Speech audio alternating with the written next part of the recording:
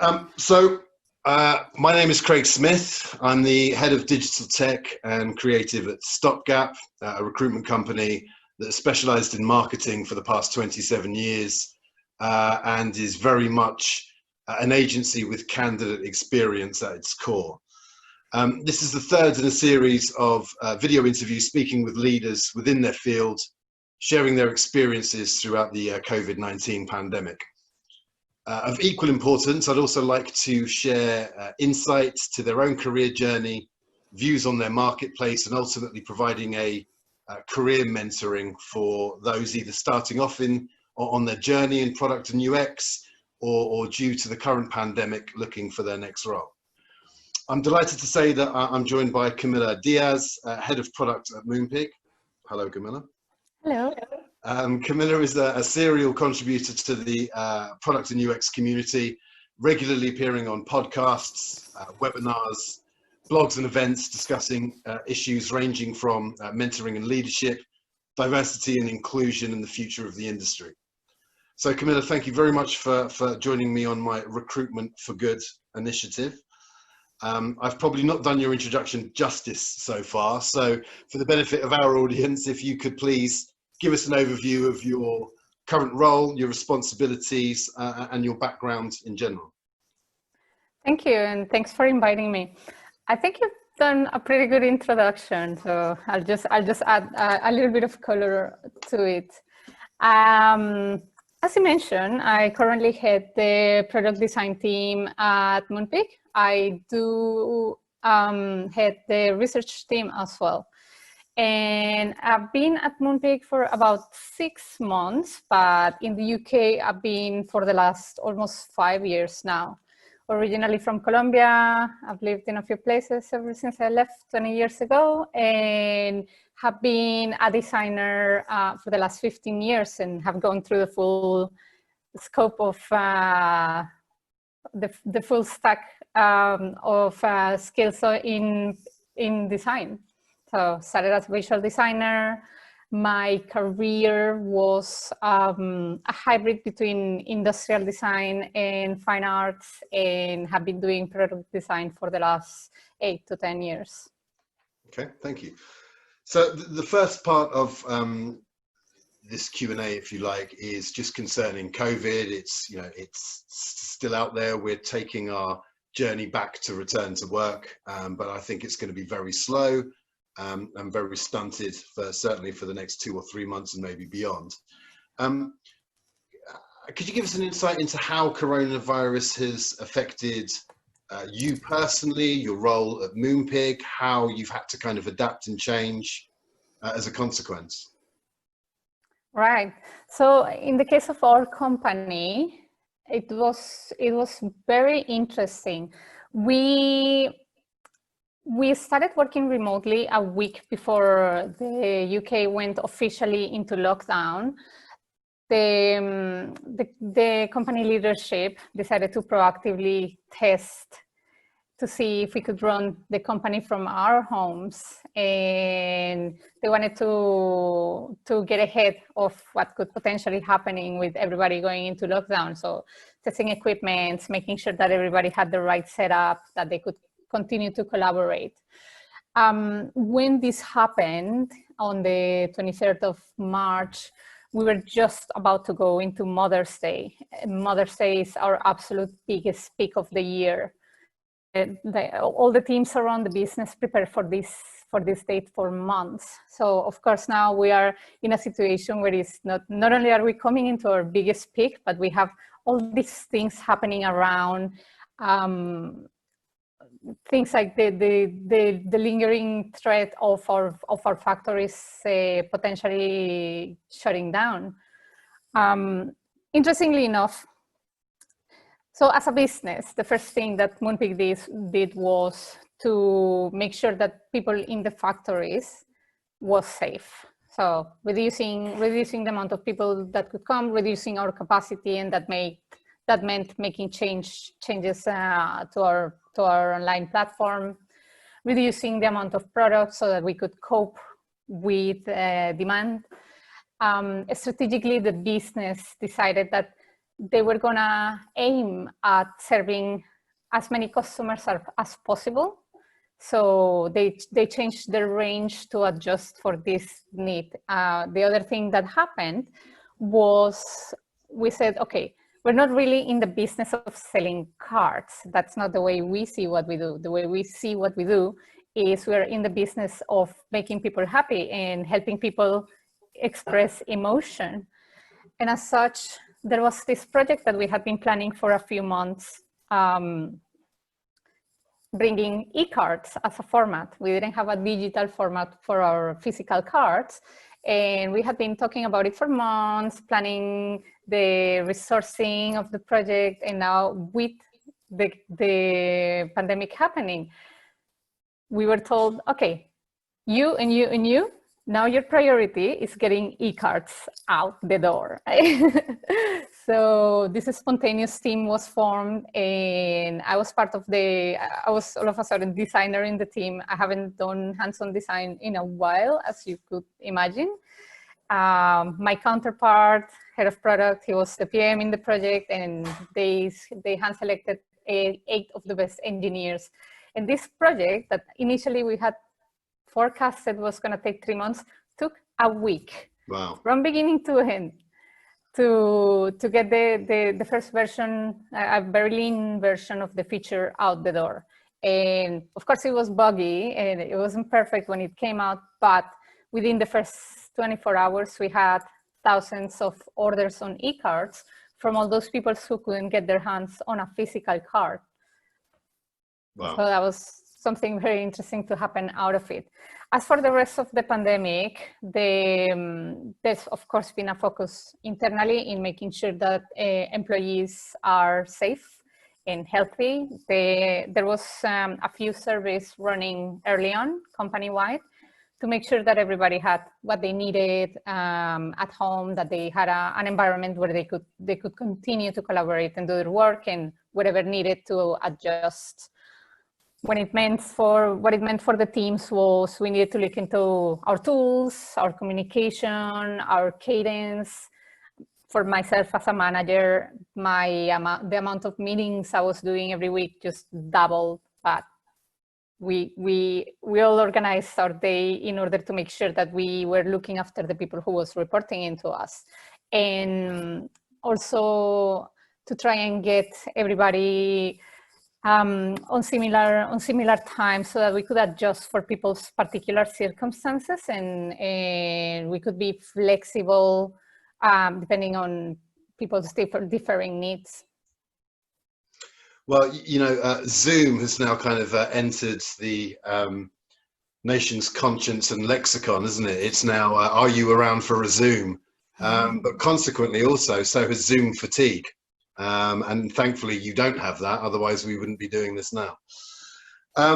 So you're, in terms of your kind of online footprints, you seem to be a very introspective person. You know, you share your experiences.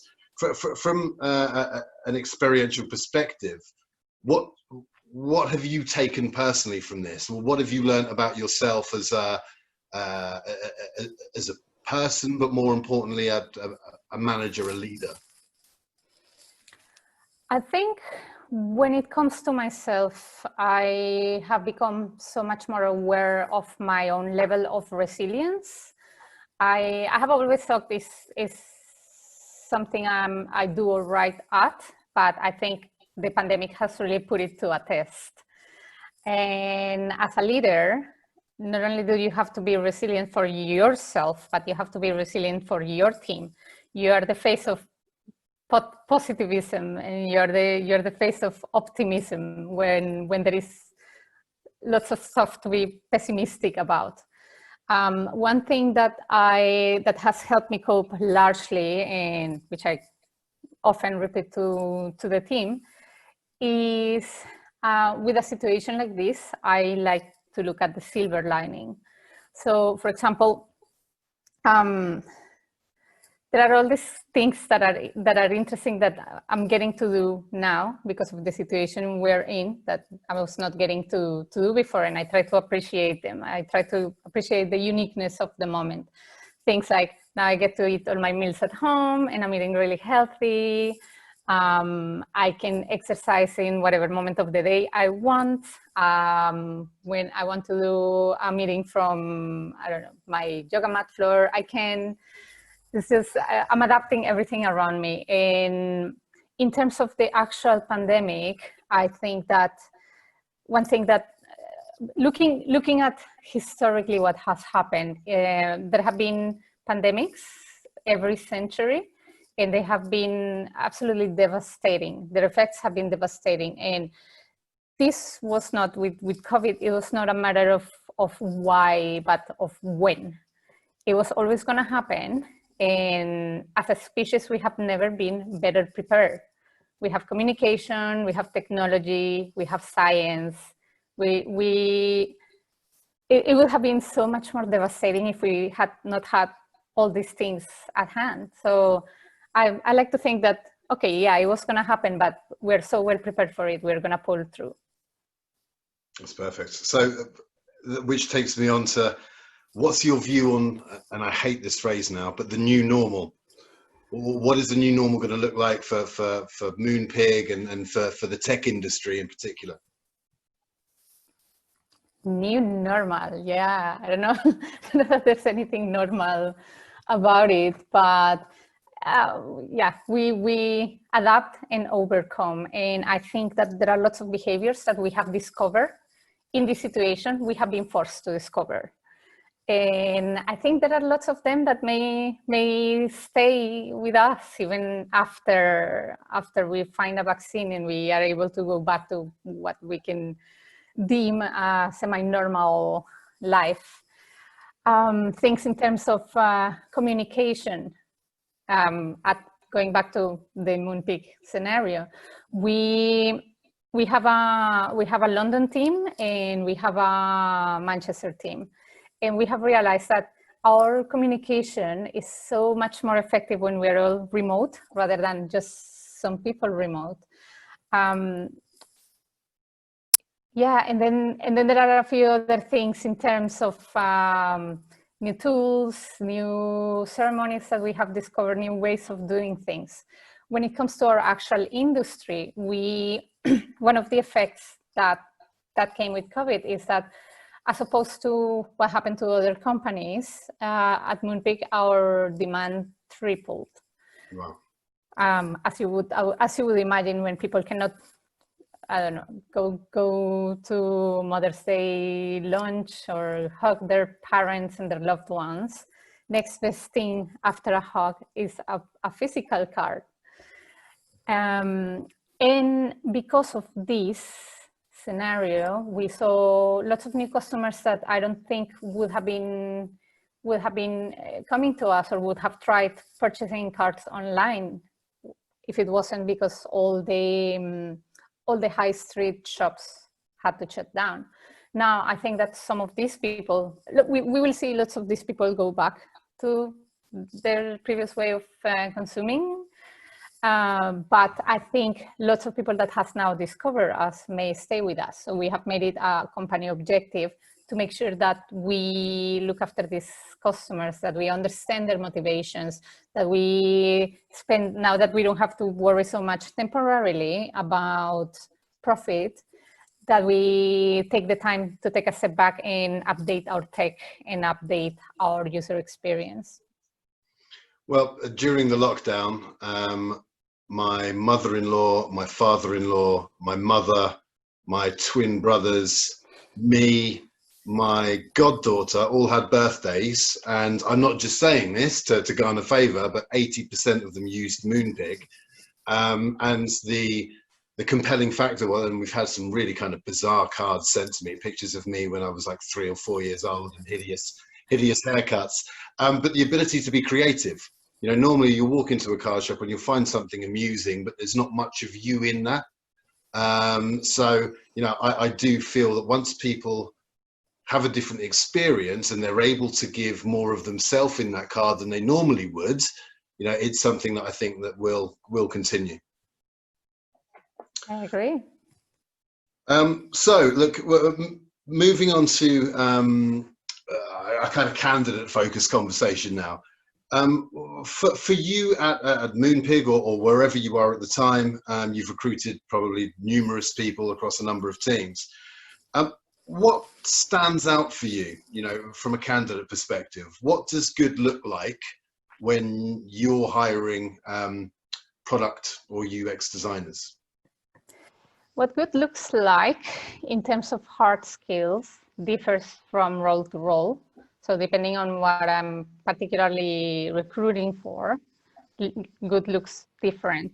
But the one thing that looks good across all roles, all levels of seniority, all different design disciplines, is curiosity. I think that is the one that for me is key.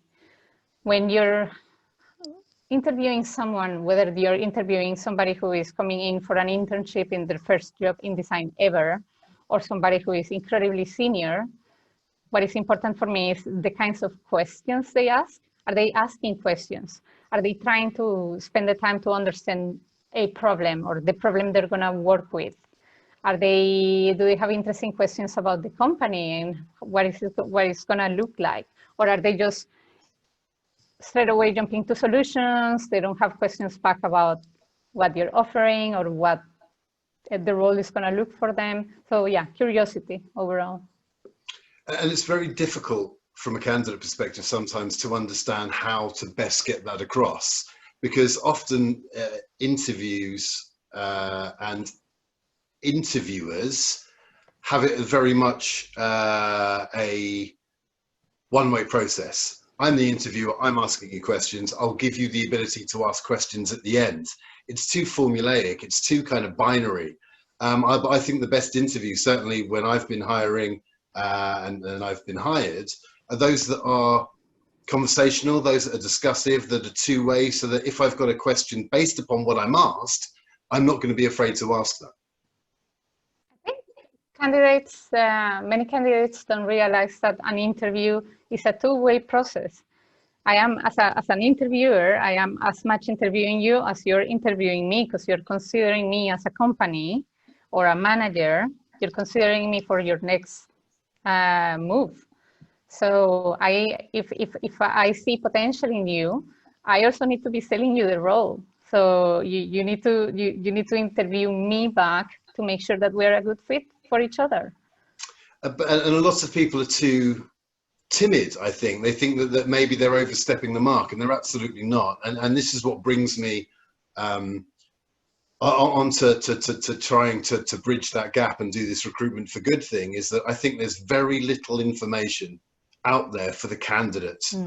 If you ask, candidates, I would say that 90%, close to 90%, have had a largely poor experience from the hiring process. Now, whether that's directly, the responsibility of the recruiting agent or the internal team is kind of by the by. It should be candidate experience first, and I think too few recruiters, whether internal or external, counsel the candidate and give them a level of expectation about what to expect, the kind of questions that you might frame, and an insight into the kind of the character and personality of the interviewer as well, which I think is really important.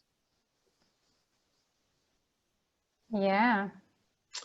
So in terms of being chosen, it's quite difficult, isn't it, to get curiosity, personality over on a CV, for example. Portfolio is slightly different, but what advice can you give to people about enhancing their own brand? What can they do to stand out? There's so many things. There's really lots of activities, and of course I guess it's different from each level of seniority. But for me, the people that stands out is the people who tries to go the extra mile. So, for example, in terms of submitting a CV, somebody who's written a really nice and personal cover letter, for example, talking about the particular company and why they're interested in joining it. And in terms of their footprint as designers, it stands out when someone has published articles, when someone has done public speaking, when someone is engaged in the community, those things don't go unnoticed. And as a manager, I'm interested in bringing people in who is excited about what they do and they want to share. Yeah, and again, that's the advice whilst being on my period of garden leave. I was doing pro bono work, a couple of hours every day, talking to candidates, looking at their CV and portfolio. There seems to be a lack of character and personality because they want it to be very matter of fact, talking about experience again in a chronological way, rather than talking about things that excite them, pride, pet projects. You know, hobbies and interests now I think is a really compelling thing. It used to be, I don't know, walking, reading, socializing. You know, I want people's inner nerds and inner geek to come out, and I think that's really important. I have a great story on that subject. One of my friends who works in advertising, he had his first break into an advertising agency because he wrote in his CV that as a hobby, he was learning ninjutsu, and the people interviewing him said to each other during the interview, "Oh my God, look at this. He's a ninja. Let's get him." So he has brought him because he mentioned his interest. That's great. Well, in tech, everyone's a ninja these days, aren't they? You've got recruitment ninjas, tech ninjas, coding ninjas. No, this was our real ninja. He was learning ninjutsu. That's so good. So you're a serial contributor to the UX and product community, as I mentioned in the intro. For anyone listening, what books, podcasts, events, webinars, meetups would you recommend for people in the industry? What is a good source of networking and advice and insight? I don't have very many. There's a few I follow because they're aligned with my interests, but I'm not an individual contributor anymore. So I think if I was just starting in my career, there are different meetups. In general, I'd say do spend the time networking. It doesn't matter what meetup you pick, just make sure you invest the time. If you're into user research, just try to go to a few industry related, like have a selection of events you go to. You'll get to meet other people. You'll get to meet people at different levels of seniority. You'll get to find out what is current and what is interesting happening in your industry. Just try to go to a variety of them. So find some in your field and then find some that are not directly in your field. So I follow regularly technical product design meetups, but I also follow meetups on leadership and follow meetups on women in leadership and research. And then there's also creativity, visual design. So there's just a variety, there's a mix. The important thing is to be networking and to be talking to other professionals.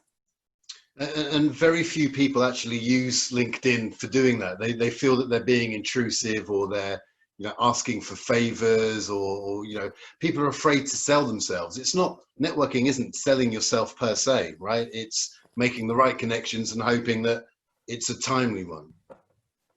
That's the saying on this. What doesn't get featured doesn't get sold. So if you don't feature yourself, if you don't put yourself out there, nobody's gonna come looking for you and offer you a job. You have to feature yourself. You have to blow your own horn, I say sometimes. On your LinkedIn profile, I saw that you recently spoke at a UX and music webinar. I discussed this with you earlier very briefly, saying that I'm really interested in understanding what that is. Could you give us a bit of insight? Yeah, so this is an interesting one because I'm not the expert in music, but when the person organizing reached out to me, I said yes immediately because it was a different kind of event. They had 3 speakers working all in technology and 3 musicians who sang their own material. So it was a nice switch from the traditional tech meetups and also the typical COVID related meetups that we are seeing so much lately. So they were more interested in speculating what a future for the music industry could look like and the effect, the impact that technology was going to have in the way we produce, we consume, in live music gigs in general. So I had my opinion. I decided to take the angle of being speculative and thinking about things, not so much focusing on things that are happening right now, but focusing on what it could look in a year from now or in 6 months from now, based on things we know about history. So for example, one example was artists being sponsored by really wealthy people, just like royals used to do with famous musicians like Bach and Mozart. So something like that, and small, really intimate gigs, really high price. So using what we know from history into current times, we know that big bands play birthday gigs at in oil-rich countries for Saudis, sultans. Okay. You've also taken an active role in mentoring yourself. We're going to share the link when this is posted, the 40 days of career coaching. Can you tell us a bit about this? What was, how did it come about? Where are you at with it? Okay, so this is a project I started when we went into lockdown. There is a designer I know, I met her through the speaking circle. She is the co-founder of a Women in Tech event called Triangles. Her name is Rachel. And she's invited me to a couple of their events to speak, and through this, we developed our relationship. And she reached out to me one day after my last talk at Triangles, where I was talking about my own career and my own self-coaching. And she wanted to know if I'd be interested in coaching her, because she feels now that she's plateaued in her career and she's ready to go to the next level, but doesn't exactly know how. Now, I've been in that same situation, and every time I speak to someone or someone reaches to me to get some advice, the questions are very similar. So we decided, I accepted, I decided I wanted to coach her. And between this, then the lockdown happened. So we realized that this was going to happen remotely. We were not going to have face-to-face physical conversations, and figure out what kind of structure it needed to have. So I had the idea of doing it for 40 days, because it takes about 40 days to develop a habit.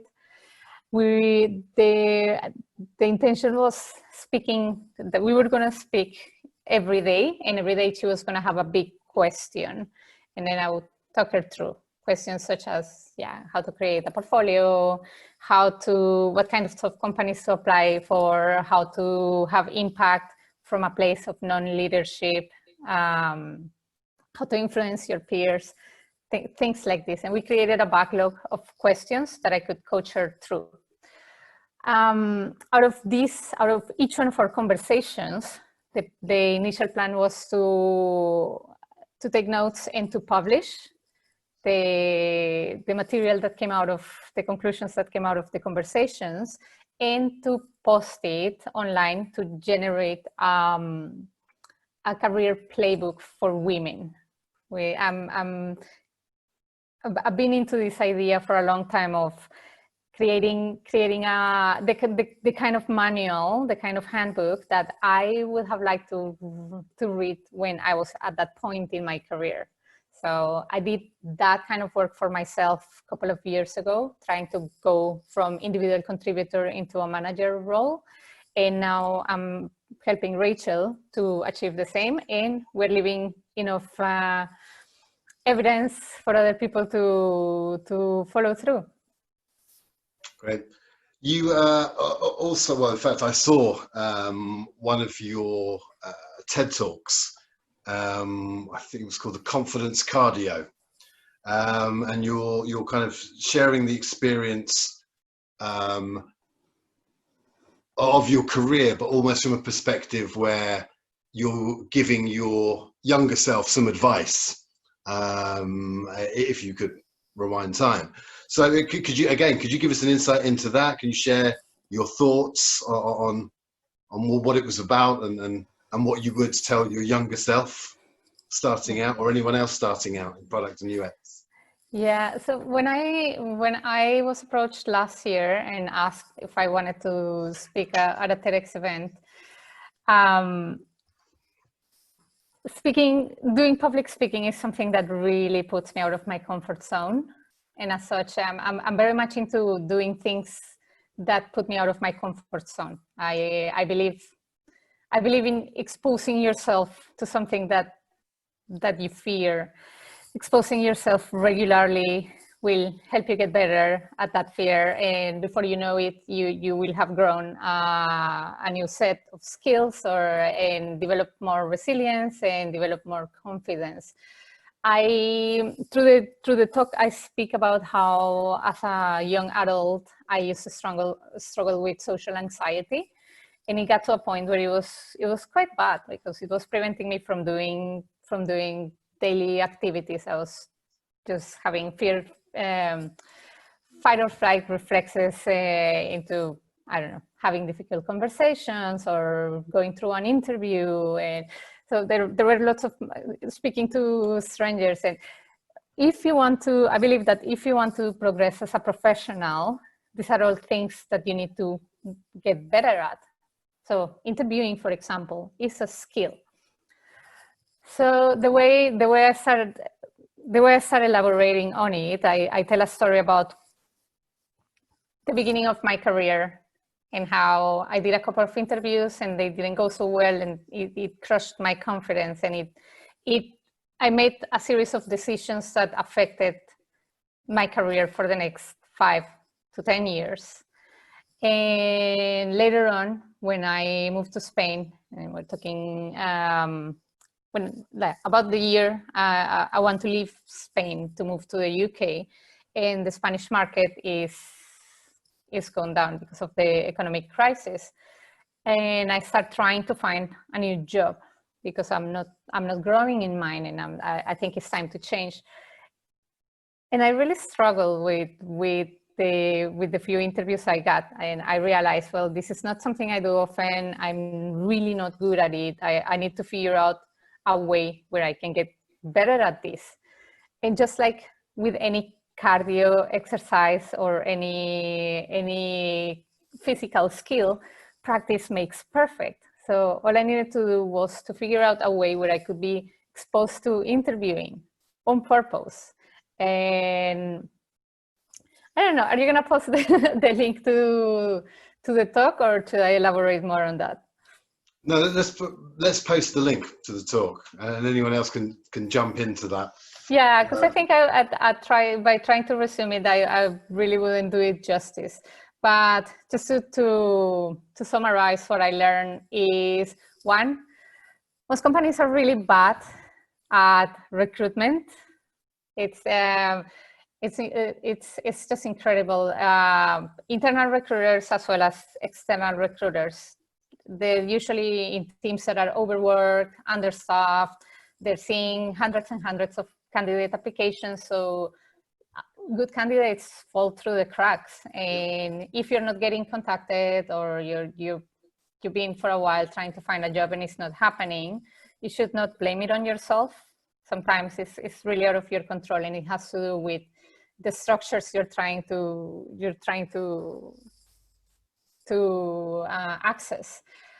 The other lesson I learned is you really can't blame yourself. You need to be able to not be too harsh on yourself. But of course, there are different things that you can do to stand out, and not playing the numbers game, not sending hundreds of the same CV to hundreds of jobs to see if something will stick. Which I don't think is a particularly good strategy. Just customizing picking only a few selected jobs that you're really excited about doing, and tailoring your CV and your skills to to answer for the things that that particular job is requesting, that will definitely get you so much more attention than box standard copy paste CV. Yeah, and be proactive. You know, I shouldn't say this because I might be doing myself out of a job, but you know, don't rely on someone else doing it for you. The LinkedIn's there, your network's there. You know, there are so many kind of social media channels. You know, be proactive, be tailored, and also be aggressive in seeing it through. You know, and I think you're right that just go for the companies that excite you. You know, because then you can bring more to that interview, to that company than you would anywhere else. And you know, drive through that response. Don't send it in and hope for something. You know, be proactive.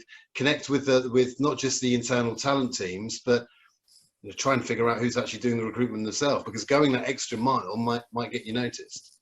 Yeah, and trying to use your network to find people who works at a company internally. So if you know someone, or a friend of someone, or a friend of a friend of a friend of someone who works at a certain company that you want to work for, reach out.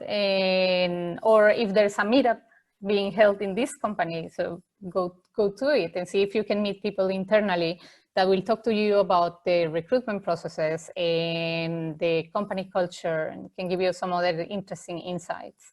Doing your homework, doing the legwork always comes handy. Or come to Stopgap. I thought I'd put that out there. Mm-hmm. So just closing off the conversation, I think it'd be good to get your thoughts on kind of the trends within UX and products now. So for anyone, again, starting up or looking to reinvent themselves or looking for a new opportunity, where do you think the most activity is going to be? Wow, yeah, this one is one I've been thinking about, and I haven't been able to come up with a good answer. But what I am seeing, at least from the different interactions I'm having, first of all, the demand for UX designers and product designers is just going to continue to grow as more software companies are realizing the value that a product designer or UX designer can add to what they're doing. Yeah, I'm not sure about that one so much. It was a $1 million question. Yeah, so for me particularly, one interesting trend that I'm seeing is around the mix with other disciplines. So if you're a product designer specializing in a certain field, so for example, e-commerce, having awareness of service design methods, having awareness of business design frameworks always helps. So having a good understanding of other disciplines outside of your own.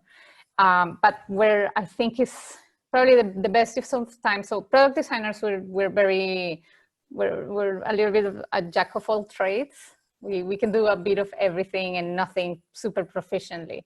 So yes, of course, make sure that you're able to, as much as you can, do some basic user research and can do some UX and information architecture, and you can take it you can take it end to end and be able to do some sort of visual design. Nobody's really great at everything.